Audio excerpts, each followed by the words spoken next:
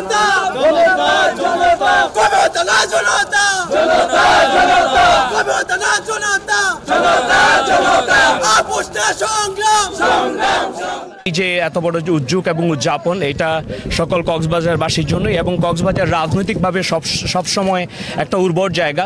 আমি মনে করি যে কক্সবাজারে আগামী দিনে তারুণ্যের যে রাজনীতি সেই রাজনীতি একটা বিশাল ভবিষ্যৎ আছে, বিশেষ করে ইন্টারন্যাশনাল যে লিডারশিপ, যেখানে একটা জেনারেশনাল লিডারশিপ ক্রাইসিস ছিল। আমি বলি যে বঙ্গোপসাগরীয় যে রাজনীতি এবং রাজনীতির যে নতুন তরুণ নেতৃত্ব সেই জায়গা থেকে কক্সবাজার গুরুত্বপূর্ণ রোল প্লে করবে এবং আমি মনে করি কক্সবাজারের প্রত্যেকটা জনই ন্যাশনাল লিডার এবং ইন্টারন্যাশনাল লিডার। এবং কক্সবাজার নিয়ে যে পরিকল্পনা সেটা হচ্ছে কক্সবাজারের প্রত্যেক তরুণ সে নিজেকে শুধুমাত্র বেকার কিংবা কারো পিছনে না গিয়ে সে নিজের জায়গায় দাঁড়িয়ে সে নিজেকে নেতা ভাববে এবং সাথে সাথে সে মানুষের জন্য কাজ করবে।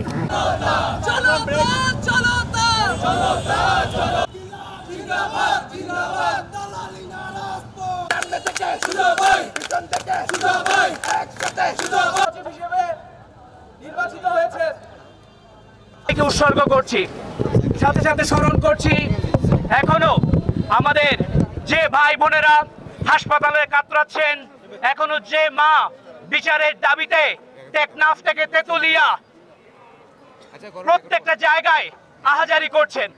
আমরা বলতে চাই কক্সবাজার এটা শুধুমাত্র একটা জেলা নয়, এটা একটা আন্তর্জাতিক শহর জিওলজিক্যালি, এবং এই কক্সবাজার সব সময় রাজনৈতিকভাবে একটা উর্বর জায়গা।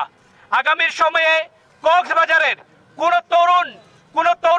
কোন তরুণ নেতৃত্বকে শুধুমাত্র ভাড়াটিয়া না খাটিয়ে তাতে তরুণদেরকে যাতে জায়গা করে দেওয়া হয়, এইখান থেকে সেই আহ্বান জানাচ্ছি।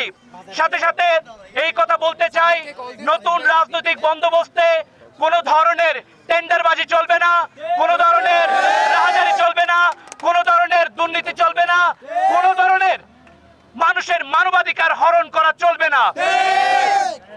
জাতীয় নাগরিক পার্টি সারা বাংলাদেশে একযোগে কাজ করছে, যেখানে বাংলাদেশের প্রত্যেকটা প্রান্তরে কৃষক, শ্রমিক, মজুর যে যার জায়গায় আছে সে তার কথা বলবে, সে তার জায়গায় দাঁড়িয়ে নেতৃত্ব দিবে। আগামীর বাংলাদেশে কোনো মিডলম্যান থাকবে না, প্রত্যেকেই নেতা হবে। আশা করি কক্সবাজার গুরুত্বপূর্ণ জায়গা আকারে আমাদের তরুণদেরকে কেউ যাতে তার তরুণ নেতৃত্ব দিতে, তার কথা বলতে আর কেউ বাধা যাতে দিতে না পারে, আমাদের সব সময় ঐক্যবদ্ধ থাকতে হবে। ইনকিলাব জিন্দাবাদ, মুজিববাদ মুর্দাবাদ।